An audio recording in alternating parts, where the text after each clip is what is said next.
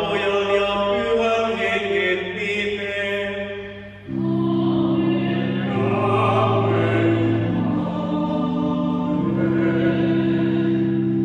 Herra olkoon teidän kanssanne.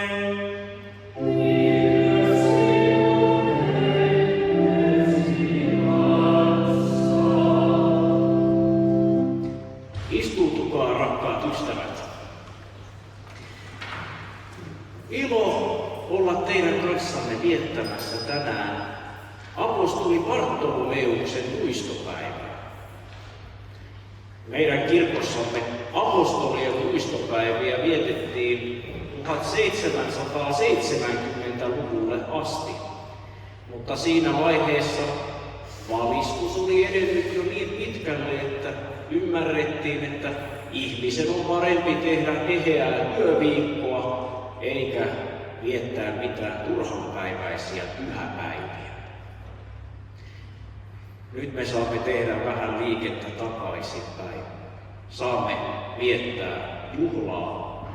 Saamme muistaa apostoli Bartolomeusta, joka myös Natanaelina tunnetaan. Saamme muistaa Jumalan suuria tekoja, jotka hän on tehnyt myös omien apostoliensa kautta. Tänään me saamme yhdessä kuulla pyhää Jumalan sanaa, vastaanottaa Herran Jeesuksen Kristuksen alttarin pyhässä eukaristian sakramentissa. Kaikkivaltias Jumala, valmistakoon meidät näihin salaisuuksiinsa. Tunnustakaamme yhdessä syntimme ja syyllisyytemme. Tunnustamme edessäsi, Pyhä Jumala, että olemme tehneet syntiä ajatuksin ja sanoin, teoin ja laiminlyönnein.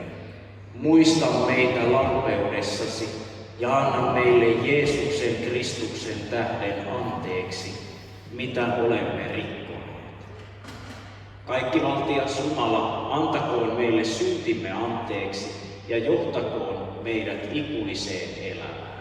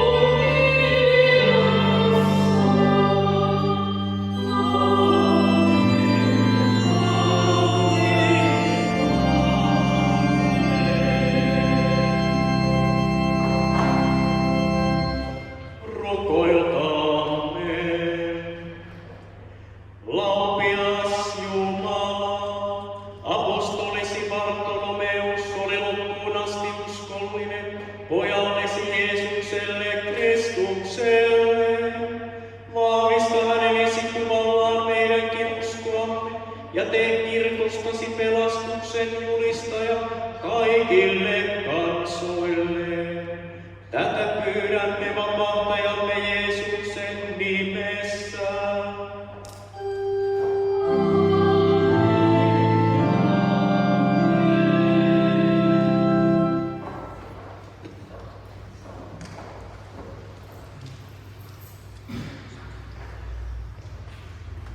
Jesajan kirjasta luvusta 61 kuulkaamme.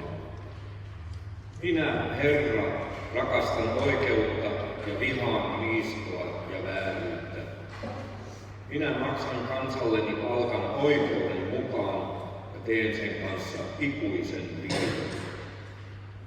Silloin sen siemen tunnetaan kansojen keskellä, sen jälkeläiset kansakuntien joukossa.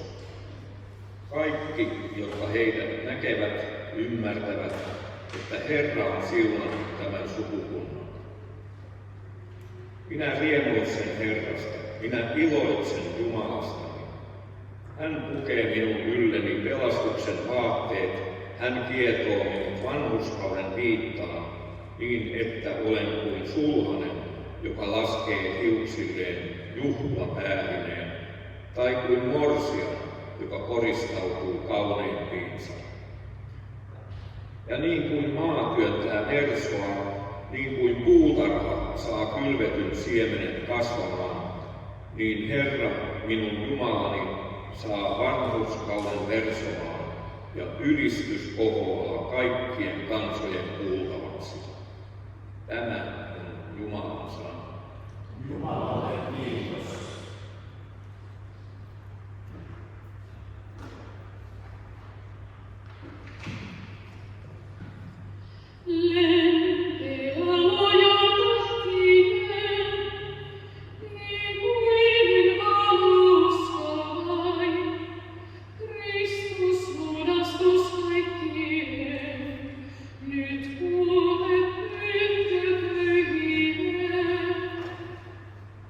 Oh,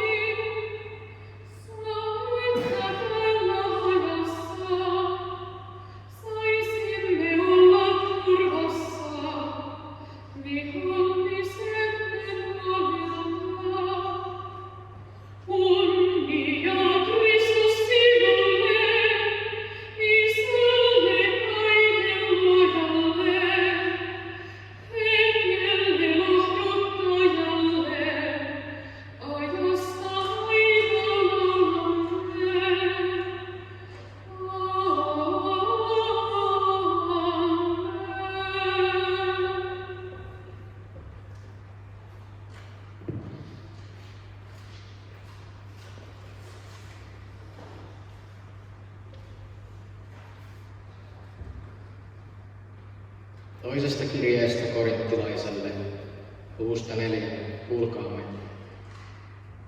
Tämä aarre on meillä saviaskioissa, jotta nähtäisiin tuon valtavan voiman olevan peräisin Jumalasta, eikä meistä itsestämme.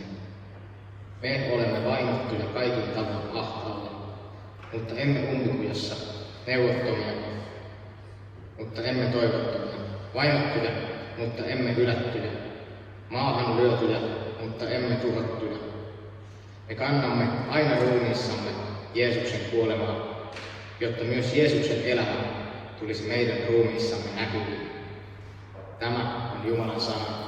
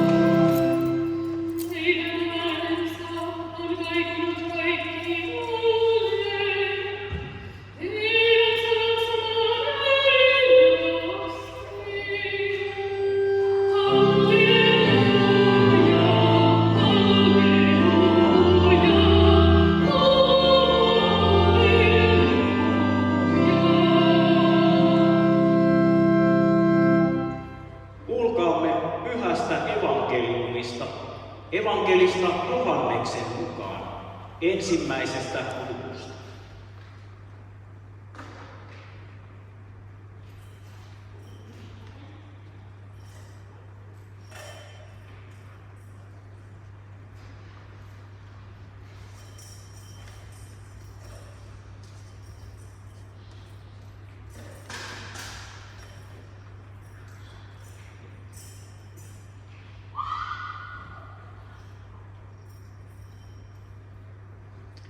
Seuraavana päivänä, ollessaan lähdössä Galileaan, Jeesus tapasi Filippuksen ja sanoi hänelle, seuraa minua. Filippus oli kotoisin Betsaidasta, samasta kaupungista kuin Andreas ja Pietari. Filippus tapasi Natanaelin ja sanoi hänelle, me olemme löytäneet sen, josta Mooseksen laki ja profeettojen kirjat todistavat. Hän on Jeesus, Joosefin poika Nasaretista. Nasaretistako? Natanael kysyi. Voiko Nasaretista tulla mitään hyvää? Tule niin näet, sanoi Filippus. Kun Jeesus näki Natanaelin tulevan, hän sanoi, siinä on oikea israelilainen, mies vailla vilppiä. Mistä sinä minut tunnet, kysyi Natanael. Jeesus vastasi hänelle, jo ennen kuin Filippus kutsui sinua, näin sinut viikunapuun alla. Natanael sanoi, Rabbi, sinä olet Jumalan poika, sinä olet Israelin kuningas. Jeesus sanoi hänelle, uskotko jo sen perusteella, että sanoin nähneeni sinut viikunapuun alla? Paljon suurempaakin saat vielä nähdä. Ja hän jatkoi, totisesti, totisesti, te saatte nähdä taivaan avoiman, ja te näette Jumalan enkelien kulkevan ylös ja alas siinä, missä ihmisen poika on.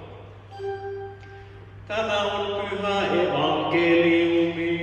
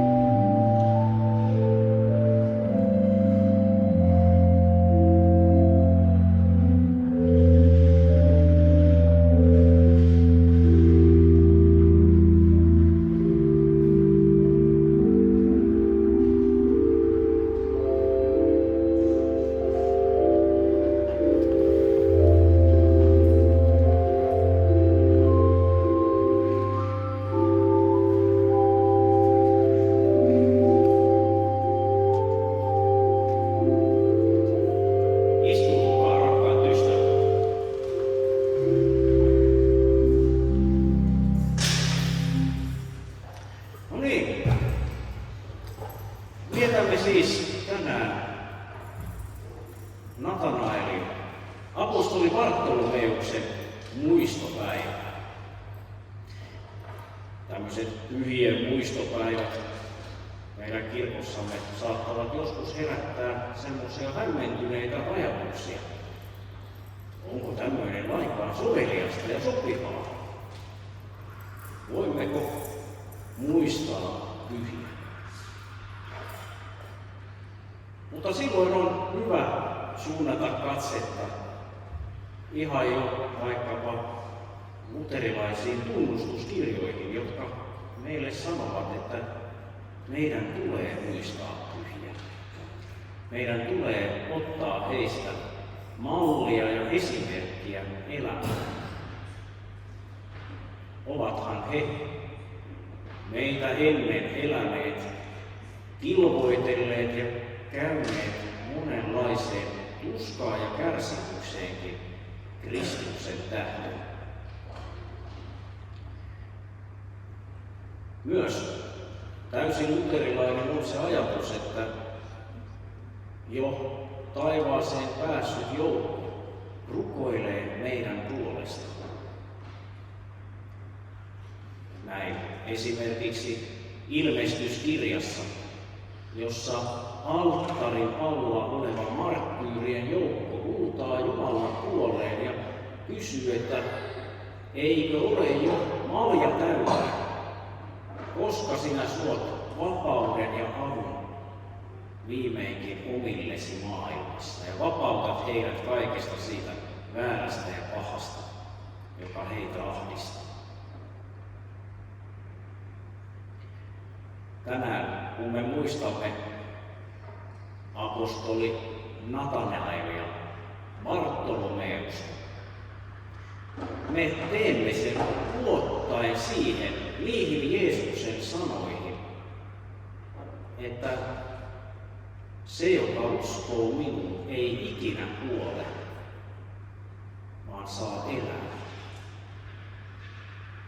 Meidän Jumalamme ei ole kuolleiden, vaan elävien Jumala. Ja Kristuksessa meidät on liitetty hänen ruumiiseensa. Me olemme jo osalliset elämästä hänessä. Ja nekin, joidenka ruumiit maatuvat kirkkomaalla, hekin Kristukseen turvanneina saavat Kristuksessa elää ja odottaa ylösnousemuksen päivää. Tänään lauletussa hymnissä me viittasimme niihin rukouksiin, joita apostoli Natanael, Bartolomeus myös meidän puolestamme rukoilee. Me emme turvaudu häneen minkäänlaisena välittäjänä. Kristus rakastaa meitä. Hänen hyvät ja lempeät kasvonsa loistavat meistä jokaiselle. Hän kuulee meitä ja me saamme huutaa suoraan hänen puoleensa. Mutta niin kuin meillä on esirukoilijoita meidän ystävissämme ja saamme heidän puoleensa kääntyä, turvautua siihen, että he myös rukoilevat meidän kanssamme. Eivät jotenkin meitä korkeampina, jotenkin omiin ansioihin vedoten, jos hyvän ystävän puoleen kääntyy. Emme hänen puoleensa käänty ehkä sellaisella ajatuksella, että sinä olet nyt niin hurskas, että Jumala kuulee sinua varmemmin kuin minua.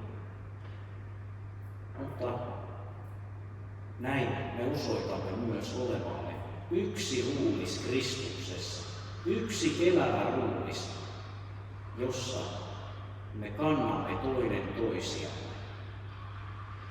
Ja niin kuin Luther opettaessaan ehtoollisesta sanoi, että kun me polvistumme vastaanottamaan Kristuksen ruumiin ja veren, siinä me myös kannamme toinen toisiamme. Me jaamme toistemme haavat ja kärsimyksen, mutta myös annamme toisillemme sen hyvän ja oikean, mitä me olemme elämässämme Jumalan armosta tehneet ja Jumalan voimassa.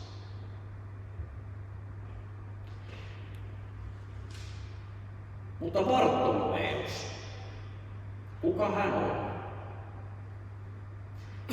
Miksi hänellä on kaksi nimeä, Natanael ja Bartolomeus? Jotkut sanovat, että tämä Bartolomeus on hänen sukunimensä. Bartolomai, Tolmain poika. Hänestä ei kovin paljon Uudessa testamentissa kerrota, mutta perimätiedon mukaan hän lähti Kristuksen ylösnousemukseen ja helluntain jälkeen itään ja kuoli Armeniassa.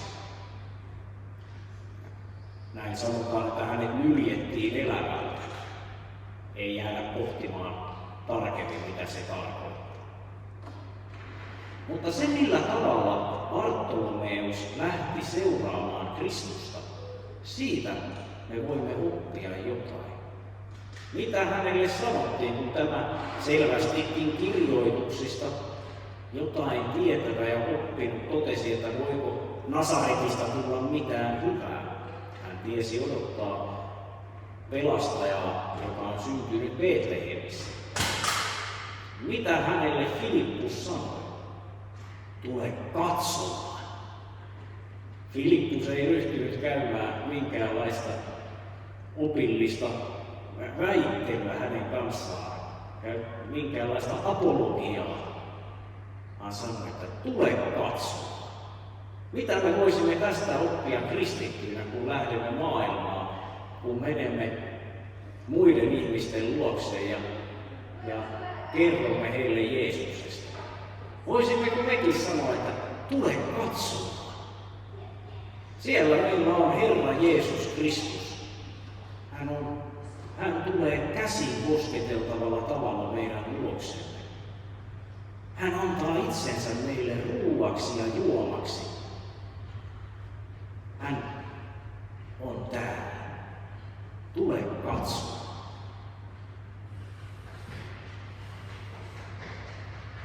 Tällaisilla eväillä me saamme lähteä tästäkin päivästä kaikkialle maailmaan Jumalan valtuuttamina ja lähettäminä, seuraten Natanaelin esimerkkiä, uskollisesti Kristusta todistaen, sanoin ja teoin.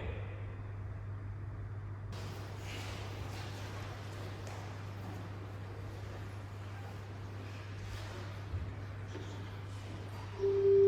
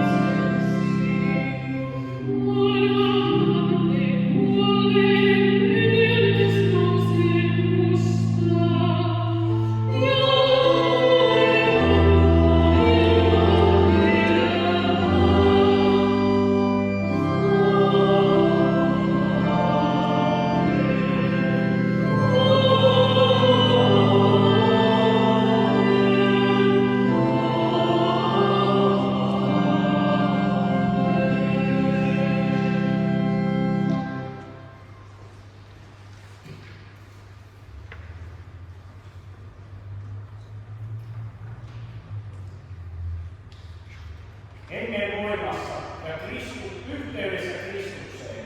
Rukoilkaamme taivaallista Isää. Rukoilkaamme Kristuksen kirkon näkyvän ykseyden, sen kaikkien piispojen, pappien, diakonien, työntekijöiden, vastuunkantajien ja kirkkokansan puolesta sekä evankeliumin kaikkeen maailmaan leviämisen puolesta. Herra, Kuule rukouksemme. rukoilkaamme esivallan, Suomen ja Kangasalan sekä kaikkien niiden asukkaiden puolesta. Herra, Kuule rukouksemme. rukoilkaamme matkalla olevien, yksinäisten, sairaiden ja kuolevien puolesta. Herra, Kuule rukouksemme. rukoilkaamme Ukrainan, Israelin ja Gaasan asukkaiden puolesta ja oikeudenmukaisen rauhan puolesta kaikkialla maailmassa. Herra, Kuule rukouksemme. liittäkäämme nämä rukoukset ja kaikki hiljaiset pyyntömme pyhien esirukouksiin ja pyytäkäämme, että Herramme Kristus kantaisi ne taivaallisessa pyhätössä Isälle ja pyytäisi Isää kuulemaan armollisesti kertakaikkisen uhrinsa tähden. Herra, Kuule rukouksemme.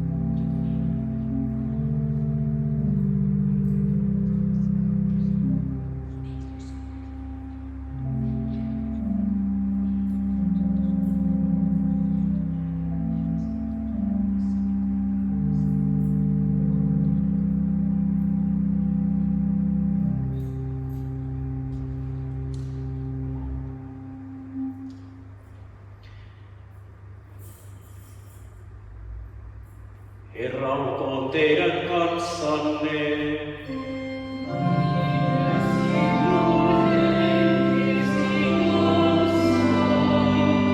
Ylentäkää sydämenne.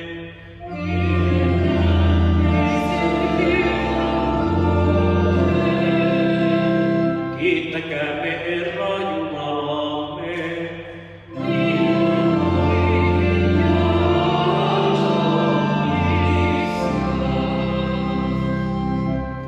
Totisesti on oikein ja arvollista, että me kiitämme sinua aina ja kaikkialla. Pyhä Herra, kaikkivaltias Isä, iankaikkinen Jumala, Jeesuksen Kristuksen meidän Herramme kautta. Hänet sinä olet korottanut oikealle puolellesi, ylemmäksi kaikkia valtoja, voimia ja herruuksia. Hänessä pelastuksen sanoma on tullut maailmaan. Hänestä uskolliset todistajasi ovat kertoneet ja tuoneet evankeliumin myös meidän maahamme.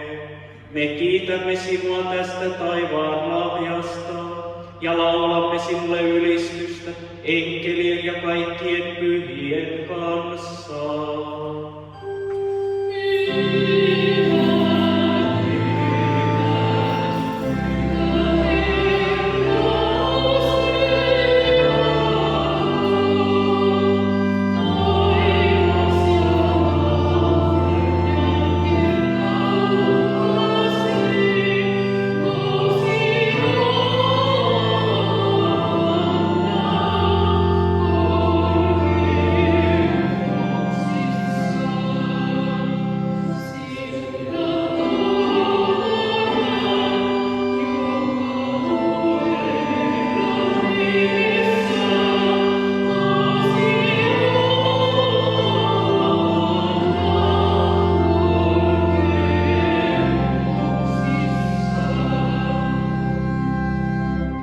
Herra meidän Jumalamme, sinä olet kaikkivaltias ja pyhä.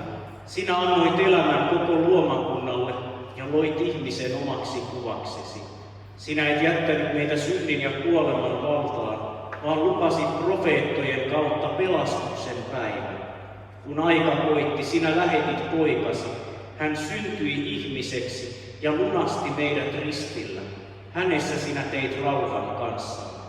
Me rukoilemme sinua. Lähetä pyhä henkesi ja siunaa nämä lahjat, leipä ja viini, joiden kautta tulemme osallisiksi Kristuksen ruumiista ja verestä, kun vietämme pyhää ehtoollista, niin kuin hän itse on meitä käskenyt.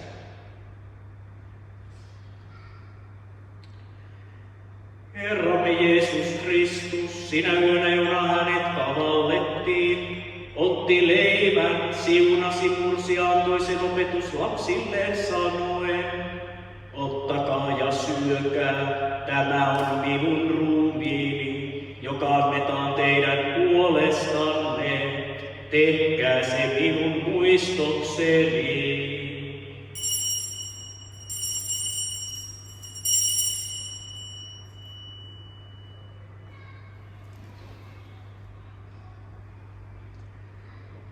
Samoin hän otti maljan, kiitti ja sanoi, ottakaa ja juokaa tästä te kaikki. Tämä malja on uusi liitto minun veressäni, joka vuodatetaan teidän puolestanne syntien anteeksi antamiseksi. Niin usein kuin te siitä juotte, tehkää se minun muistokseni.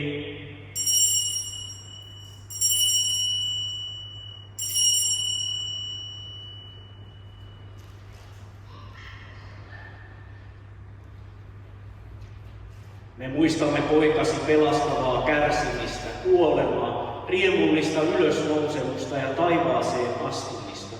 Me odotamme hänen paluutaan kirkkaudessa.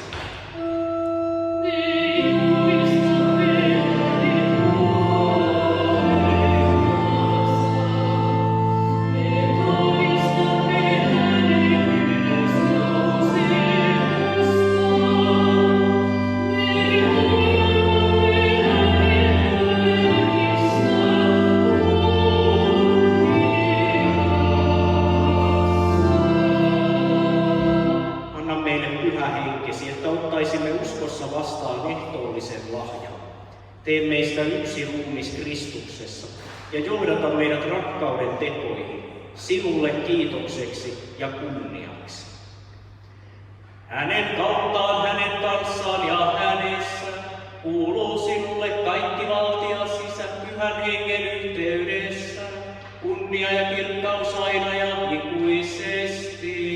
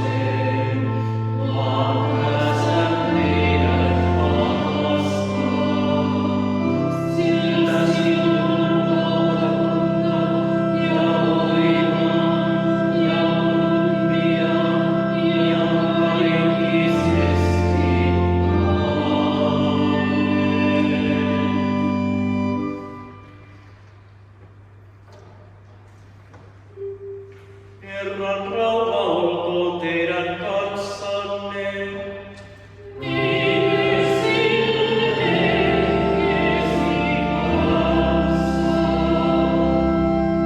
Toivottakaamme toisillemme Kristuksen rauhaa.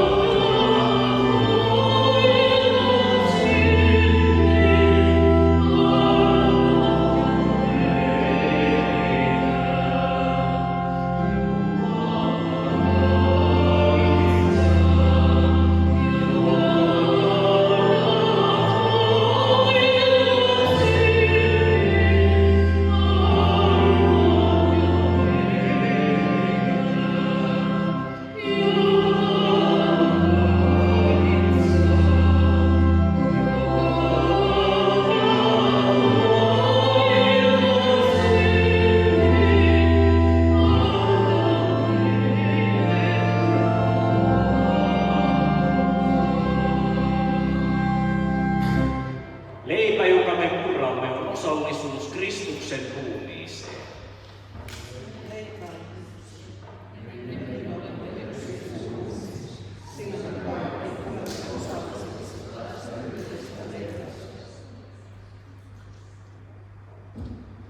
Katso, Jumalan karitsa, joka ottaa pois maailman synnin. Alkulaita ovat ne, jotka on kutsuttu karitsan hääateriaan. En ole sen arvoinen, että tulet ulos. Sano vain sana, niin minä parannan.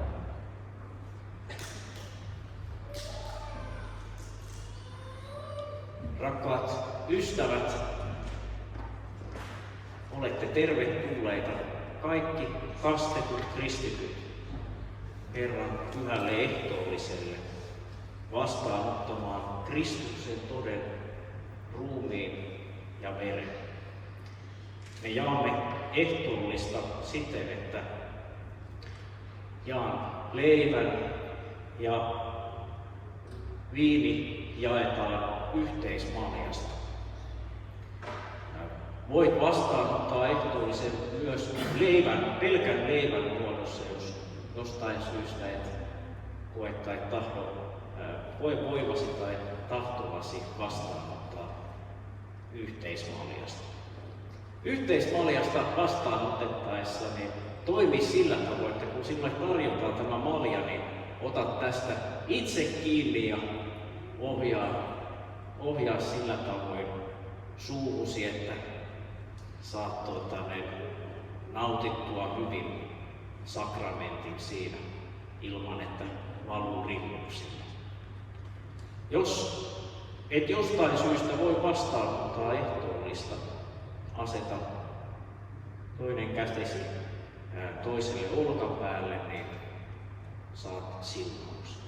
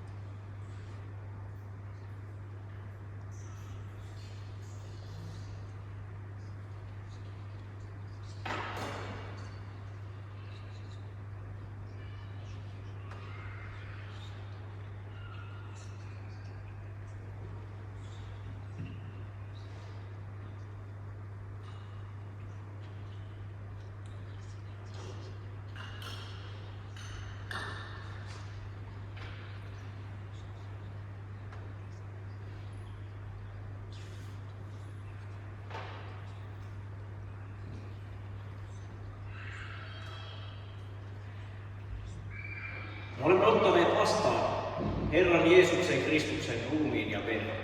Hän kätkeköön meidän henkemme, sielumme ja ruumiimme iankaikkiseen elämään.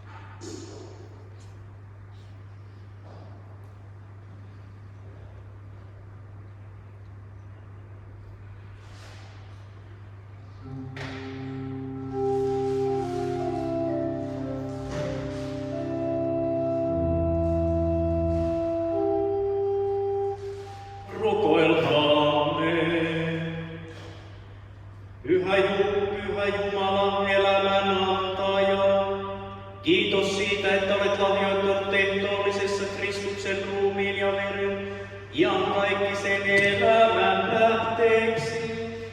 Rohkaise meitä Pyhän Hengen voimalla ja auta apostolisi Bartolomeuksen esimerkkiä seuraten viemään sanomaa ylösnouseesta Kristuksesta kaikkeen maailmaan. Ylistys olkoon sinulle, Isä ja Poika ja Pyhä Henki, nyt ja aina.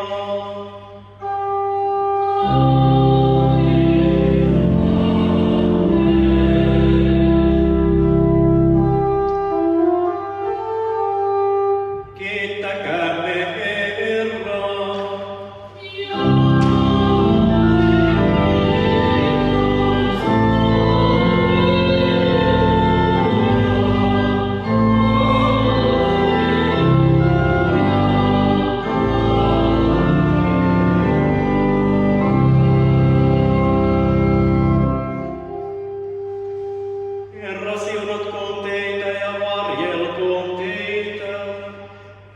kirkastakoon kasvonsa teille ja olkoon teille armollinen.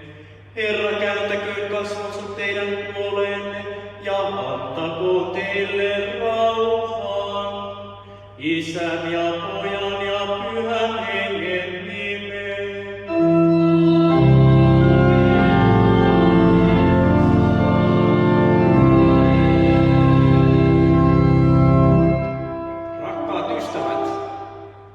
Rakkaat ystävät, kohtapuoliin saamme lähettämisen sanoin lähteä tästä messunvietosta, mutta älkää karatko kauemmaksi, sillä jokaisen gregorianisen messun jälkeen on tarkoitus olla pienet nyyttärit kirkon perällä, ja jos ei sinulla nyt sattunut mukaan mitään huomisia, niin älä huoli, olet silti tervetullut jäämään kanssamme tuohon nyyttäreille. Menkää